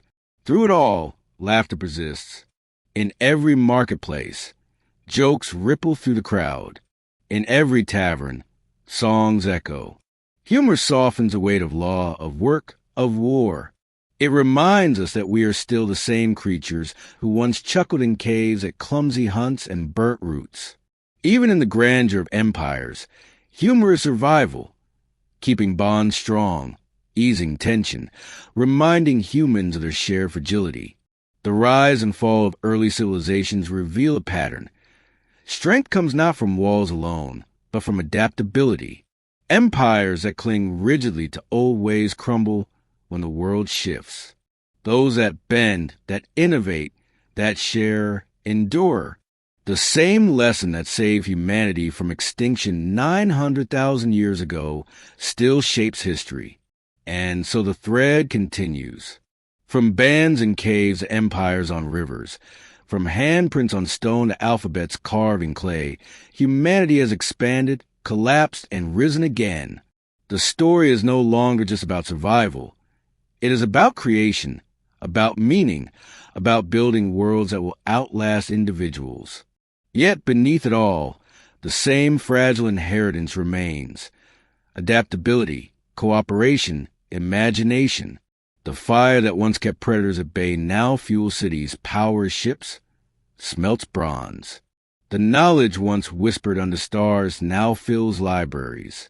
The laughter that once bound 30 souls in the dark now echoes in forums, marketplaces, and courts. Civilization is only the latest shape of the same old survival. Stone pillars rise under Mediterranean suns, marble gleams, and voices echo in forums. Across the seas, in China's valleys and India's plains, dynasties and kingdoms grow vast, philosophies sharpen, and knowledge begins to blossom in ways that will shape humanity forever. The world is no longer a scattering of villages or even a handful of river-bound civilizations. It has become a chorus of empires, each striving to outlast time. In Greece, thinkers gather in open-air courtyards to ask questions that echo still. What is justice? What is truth? How does the cosmos work? Socrates walks barefoot through Athens, prodding minds awake with questions. Plato imagines a republic ruled by wisdom. Aristotle catalogs the world, from seashells to stars, weaving order into chaos. Their curiosity is not new. It is the same spark that once drove humans to test roots, to carve stone, to harness fire. But now it is directed toward meaning, toward philosophy, toward understanding not only how to survive, but how to live well. Rome, meanwhile, masters the art of organization. Roads stretch like veins across Europe and the Mediterranean. Aqueducts carry water for miles. Armies march in precision. Law becomes a cornerstone, shaping order across vast territories. The Roman sense of structure, of binding diverse peoples under a single system, carries forward even after the empire itself crumbles. Once, survival depended on rules within a band of 30. Now, rules hold together millions. In India, wisdom takes another path. The Upanishads and the teachings of the Buddha turn eyes inward toward the mind, the soul, the cycles of life. Questions of suffering, purpose, and liberation take center stage. To sit under a tree in meditation is not so different from sitting around a fire in the dark. It is an act of searching, of seeking clarity amid uncertainty. In China, dynasties rise and philosophies take root. Confucius teaches harmony through duty and respect. Laozi whispers of balance in the flow of the Tao. Han scholars preserve knowledge in scrolls and libraries. Paper, invented here, becomes a quiet vehicle for memory, carrying ideas farther and faster than stone or clay ever could. With paper, knowledge gains wings. Science begins to stir alongside philosophy. In Alexandria, the library swells with scrolls from across the world, a treasury of human thought. Astronomers chart the stars, mathematicians explore geometry, physicians study the body. Each discovery builds on the curiosity inherited from ancestors who once cracked stones for blades. The urge to know, to test, to ask, is still survival, but now it is survival of the mind. And yet, the fragility of civilizations remains. Empires rise high, but they fall hard. Athens succumbs to Sparta, Greece to Rome, Rome to its own weight. Dynasties in China fracture. Kingdoms in India ebb and flow. Egypt's monuments endure, but its power wanes. The lesson repeats. Rigidity brings ruin. Adaptability brings endurance. The same rule that once governed small bands still governs empires. Trade ties these worlds together. The Silk Road winds across deserts and mountains, carrying silk, spices, glass, and ideas. A merchant in China sells to a trader bound for Persia, whose goods reach Rome, whose influence circles back again. Religion spread too. Buddhism travels east, Christianity west. Islam will soon rise and sweep across continents. Each belief system carries not only faith but memory, stories that link strangers into shared identities. Amid grandeur and collapse, the human constants remain. Around hearths and in marketplaces, people laugh, sing, tell stories. Children learn from parents, communities share meals, neighbors quarrel and reconcile. The same instincts that once kept 30 survivors alive in the bottleneck now animate empires of millions. Cooperation, adaptability, imagination, they do not vanish with scale. They deepen. The irony is gentle but clear. The same minds that once roasted insect for survival now debate the nature of justice, chart the paths of stars, and build arches that still stand 2,000 years later. The same hands that once smeared ochre on cave walls now carve marble statues that gaze with lifelike eyes. Civilization may look grand, but its roots remain humble, and so the story flows onward, from caves to cities, from whispers to libraries, from survival to philosophy. Humanity carries the same fragile inheritance: the will to adapt, the gift of imagination, the need for connection.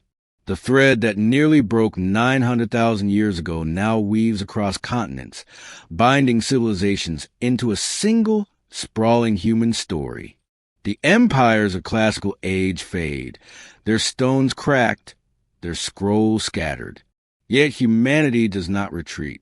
New powers rise, new faiths spread, new ideas take shape. The thread continues, woven now through kingdoms and caliphates, monasteries and markets, castles and caravans. The world of the Middle Ages is no less fragile than the bottleneck, but its challenges take different forms. Religion becomes a force as powerful as river or field. Christianity spreads through Europe, binding tribes into kingdoms under a common faith. Islam rises in Arabia and sweeps across continents, carrying not only belief but science, medicine, and mathematics. Buddhism flourishes across Asia, adapting to cultures as it travels, its teachings translated into new tongues. Wherever faith flows, it carries with it identity and unity, weaving strangers into communities larger than blood alone. The instinct to belong, to find meaning beyond survival, has scaled once again. Knowledge flickers, sometimes dimming, sometimes burning bright. In monasteries, monks copy manuscripts by candlelight, preserving ancient wisdom through centuries of turmoil.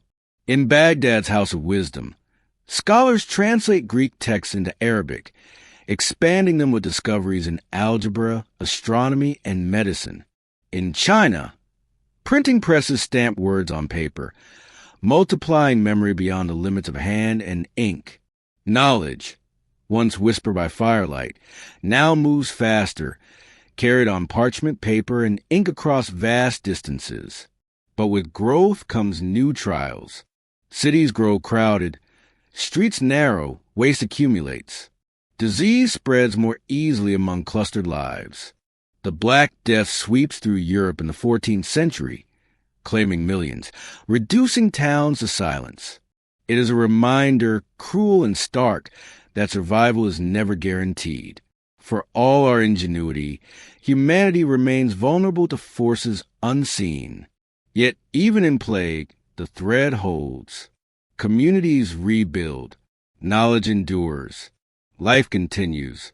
Trade flourishes, binding continents more tightly than ever.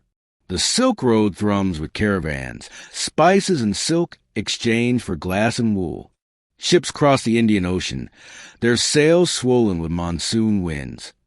carrying porcelain, gems, and stories between Africa, India, and China. Markets in Venice echo with goods from a world away. For the first time, the world feels connected, the web of exchange stretching nearly global. Humanity, once confined to pockets of survival, now exists in a single interwoven system. Technology grows quietly but steadily. The compass guides sailors across seas. Gunpowder, born in China, spreads westward, reshaping warfare. Windmills harness breezes. Water wheels rivers. Simple machines lighten burdens, multiplying human effort. None of these inventions is grand on its own, yet together they transform daily life, just as a hafted spear once did. Progress, like survival, is built on small steps. And through it all, laughter remains. Jesters mock kings. Peasants share jokes in fields. Storytellers weave tales in marketplaces that carry both humor and wisdom. Even in times of plague and war, humor persists.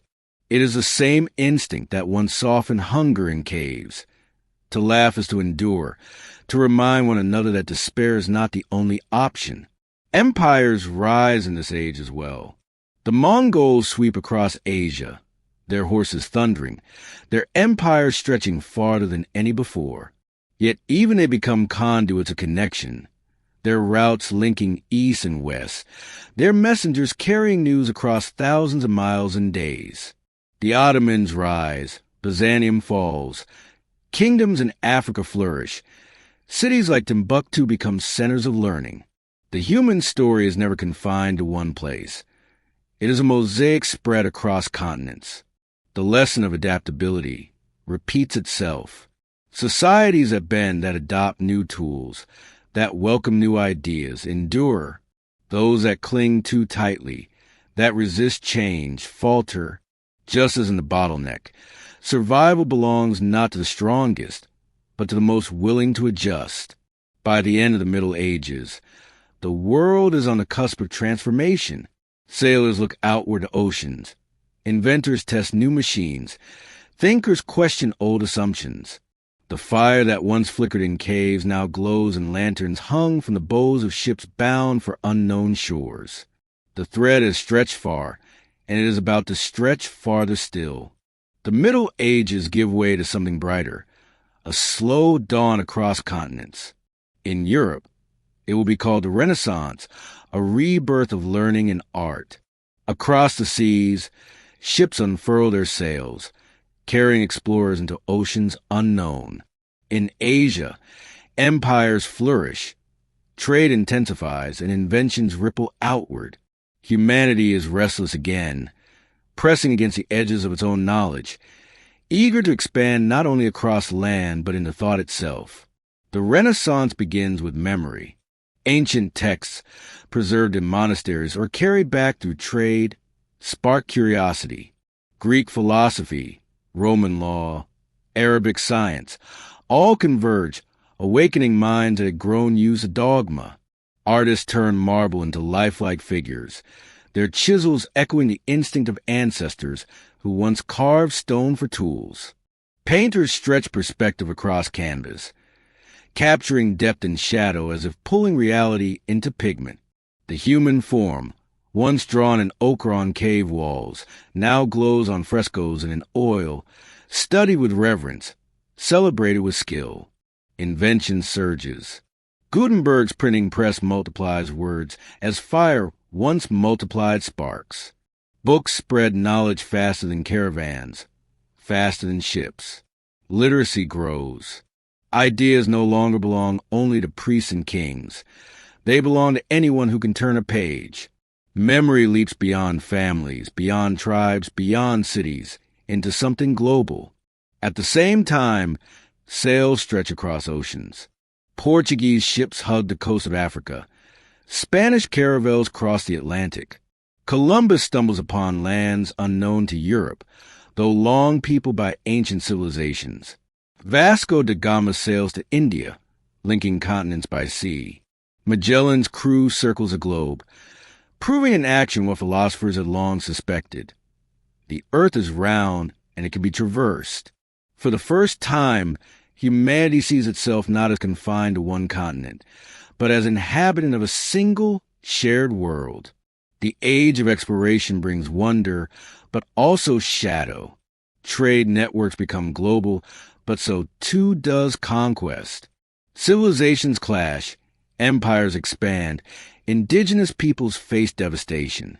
The same adaptability that once saved humanity from extinction now becomes a double-edged sword, fueling both creation and destruction. The thread of survival, woven so carefully, now stretches taut under the weight of ambition. Science awakens in this era as well. Copernicus dares to suggest that Earth orbits the sun, not the other way around. Galileo lifts a telescope to the heavens and sees moons circling Jupiter, a cosmos in motion. Newton, pondering falling apples, reveals the laws of gravity, binding Earth and stars under one principle. Knowledge shifts from faith alone to observation, from tradition to experiment. The scientific method emerges, as precise and vital as any spear once was, a tool for understanding reality itself. These discoveries are not separate from the instincts of survival. They are their continuation. To test, to question, to observe, to innovate. These are the same habits that once led a hunter to notice tracks, a gatherer to distinguish safe berries from poisonous. Science is simply curiosity sharpened, imagination disciplined, survival expanded into understanding.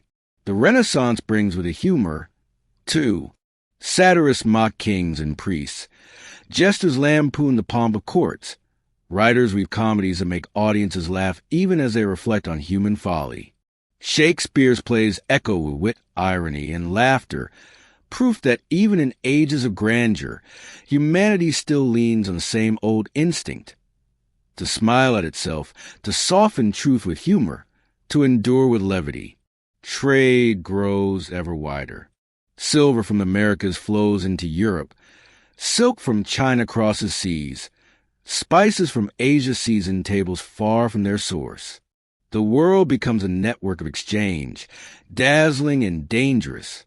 Wealth accumulates, but so does conflict. Empires compete for dominance, their sails crowding oceans, their flags staked in foreign soil. Humanity has circled the globe, but in doing so, it has bound itself to new responsibilities. The lesson of the bottleneck lingers here, if faintly. Survival belongs not to those who hoard, but to those who share. Not to those who cling, but to those who adapt. Civilizations that embrace new tools, new ideas, flourish. Those that resist, that cling too tightly to rigid ways, falter. The thread of survival is not broken, but it is stretched ever tighter, tested now by ambition, as once it was tested by hunger. And yet, for all its triumphs and troubles, the Renaissance is proof of humanity's resilience. From 1,000 souls clinging to life in a harsh ice age, we have become artists, scientists, explorers, dreamers. The fire that once kept predators at bay now fuels ships, presses ink, lights telescopes, inspires symphonies.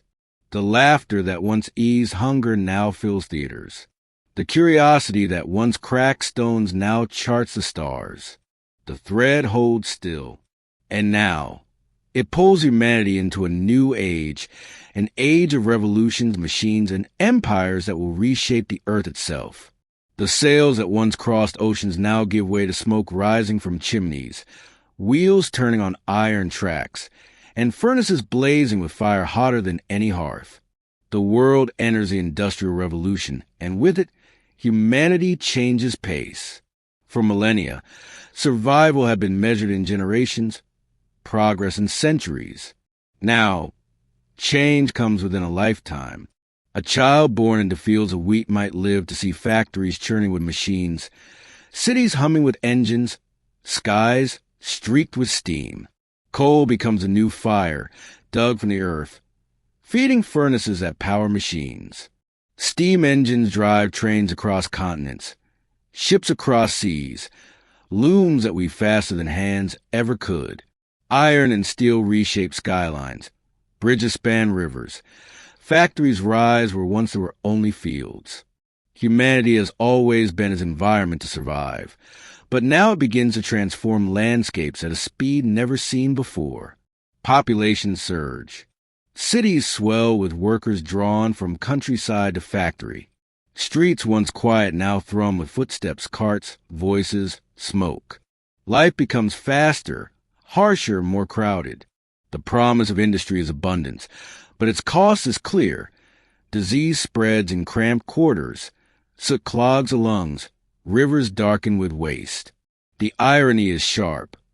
In conquering hunger with machines, humanity finds new dangers in the very engines of progress. Yet the advantages outweigh the costs. Medicine advances. Microscopes revealing the hidden world of germs. Vaccines shielding against disease.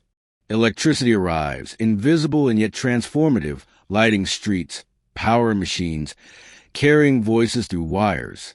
For the first time, night no longer belongs only to darkness. Cities glow long after sunset, their lights visible for miles. Echoes of the fires once guarded in caves. Empires expand as well. Europe's nations, fueled by industry, spread across continents, seeking resources, markets, dominance. Colonies are carved, borders drawn, wealth extracted. Railroads stitch continents together. Telegraphs send messages in minutes across oceans. The world, once vast, now feels smaller, more connected, but also more unequal. The same adaptability that once ensured survival now fuels ambition, conquest, and competition on a global scale. Science blooms in this age. Darwin traces a lineage of life, revealing that humanity is not separate but part of the great chain of evolution, descended from ancestors shared with apes. His ideas unsettle, but they also connect. The same survival pressures that once shaped beetles and birds also shaped us. Einstein bends the universe with relativity, showing time and space as fluid. Pasteur and Curie peer into the hidden realms of microbes and atoms. Knowledge leaps forward, each discovery a new fire, illuminating mysteries once thought eternal. Art changes too. Painters no longer only mirror reality, but capture its essence. Light, movement, emotion. Writers confront the upheaval of cities, the alienation of industry, the struggles of workers. Music shifts from courtly halls to crowded theaters, carry with it both joy and protest. The human instinct to express, born with ochre on cave walls, adapts once again to a world of smoke and steel. And always, humor endures. In taverns and theaters, satirists mock kings, politicians, and factory owners. Workers laugh at their own hardships, turning suffering into solidarity. Cartoons appear in newspapers, poking fun at pomp and power. Humor softens the edge of revolution, even as revolutions rise. It is the same instinct that once kept 30 souls alive in the bottleneck. The ability to laugh, to endure, to find light in shadow. The Industrial Revolution is more than machines. It is a new bottleneck of sorts, a test of adaptability on a global scale. Societies that embrace change flourish. Those that resist stagnate. The lesson is the same as always. Survival belongs not to the strongest, but to the most adaptable. Humanity has passed the test before, through droughts, ice, scarcity, and now it faces it again, with smoke and steel instead of stone and fire. By the dawn of the 20th century, the world is unrecognizable compared to the fields and caves of the past. Airplanes lift from the ground. Telephones carry voices across continents. Moving pictures capture life in motion. The fire once passed hand to hand has become electricity. Engines, atoms. The thread of survival stretches now across the entire globe, tighter than ever, binding billions. But with this new power comes new peril. The same machines that weave cloth can build guns. The same chemistry that cures disease can create poison. The same engines that drive trains can drive tanks. Progress, like fire, warms and destroys. Humanity has always walked this balance, but now the stakes are larger, the scale global. The story of survival has entered a new chapter, one where the greatest danger may no longer come from ice or famine, but from humanity itself. The 20th century dawns with promise and peril. Cities tower with steel and glass, streets hum with automobiles, skies buzz with airplanes.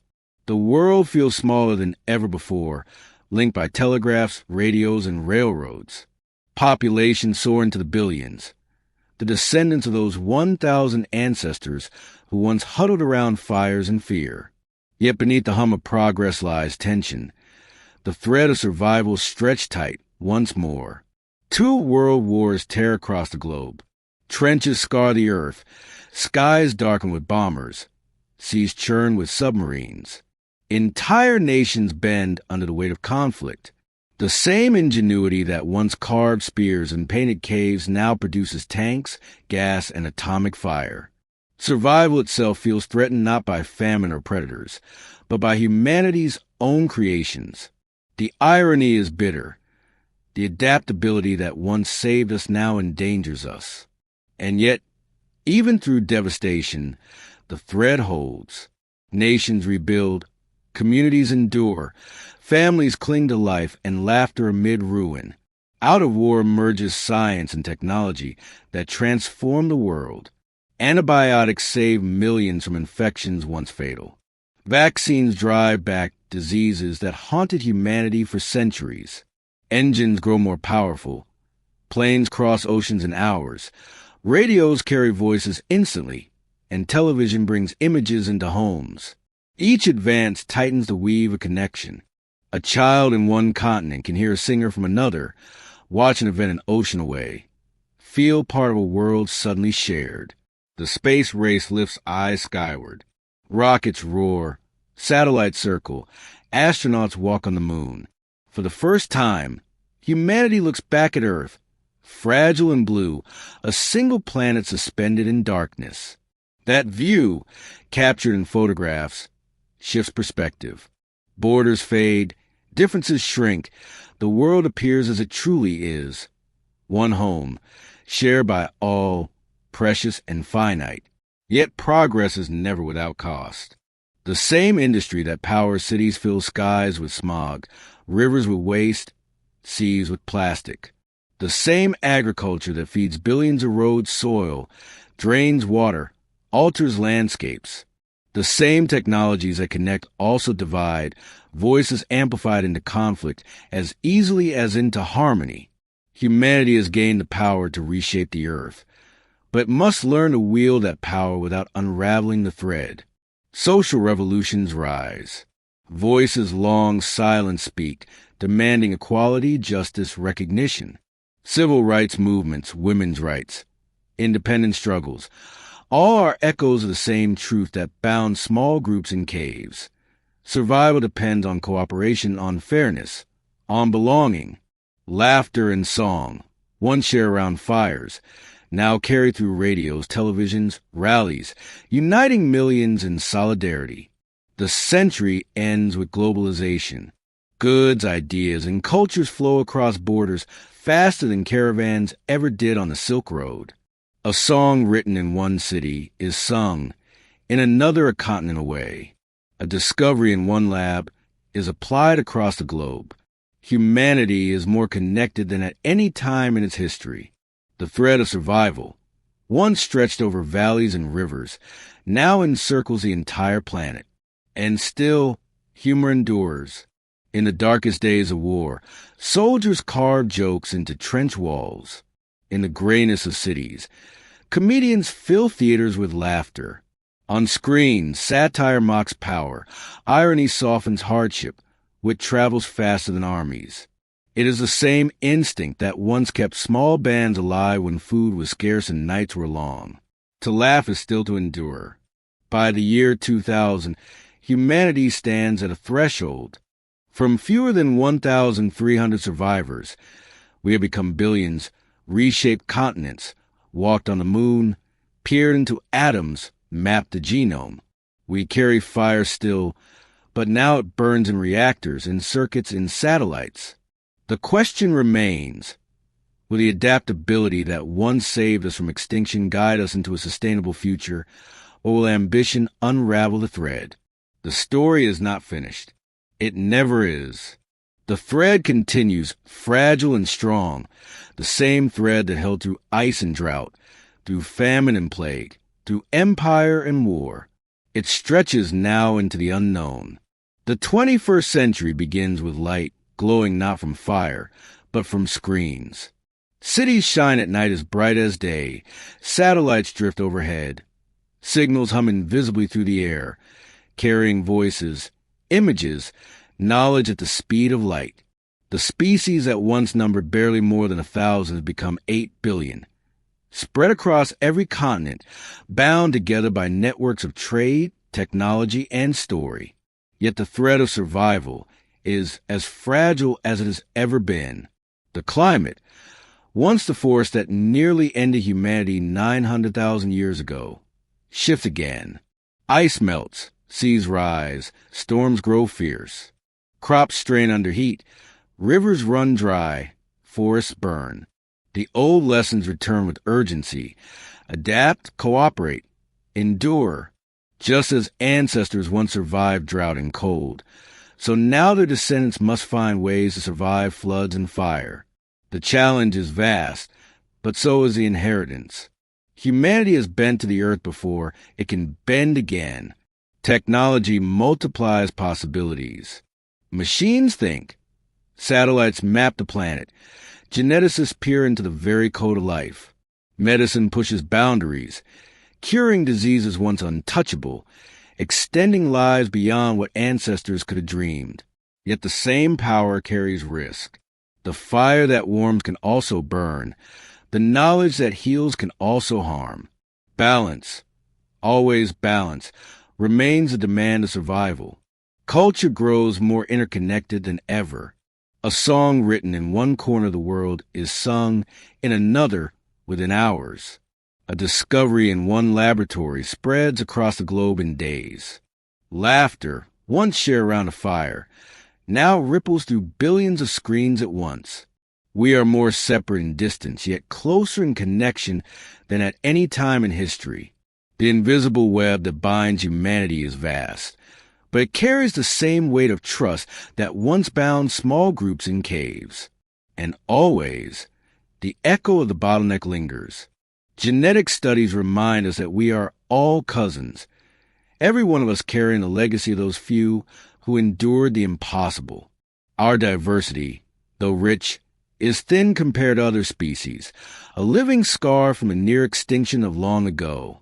It is a reminder that survival is never certain, that existence is a gift carried forward by chance, persistence, and adaptability. Perhaps this is why stories still matter so much. From cave walls to printed books, from songs around a fire to films on glowing screens, humanity continues to tell, to remember, to imagine. Stories are not luxuries. They're survival, the way we pass memory forward, the way we strengthen bonds, the way we remind ourselves who we are. Even now, when billions live in towers of glass and steel, the instinct is the same: to gather, to share, to laugh, to wonder. The irony is gentle but profound. A species that nearly vanished roasting roots and insects in drought-stricken Africa now sends machines to Mars, builds telescopes that peer into galaxies billions of years away, and hold the power to alter life itself. Yet beneath all the grandeur, the same fragile inheritance endures: adaptability, cooperation, imagination. These are the true engines of survival, the sparks that once saved us, the sparks that may save us again. So the thread stretches onward, from 1,000 souls on the edge of extinction to billions shaping the earth, from firelight in caves to light spilling from satellites, from laughter softening hunger to laughter echoing across the internet. The journey is unfinished, the future uncertain. But if history teaches anything, it is this: survival belongs not to the strongest, but to the most willing to change. And in every breath, every spark of curiosity, every act of kindness, every shared laugh. The legacy of those ancient survivors still lives. Their fire burns in us.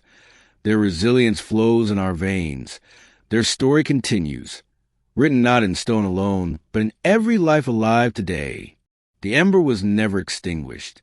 It was carried forward, hand to hand, generation to generation, until it became a blaze that lights the whole world.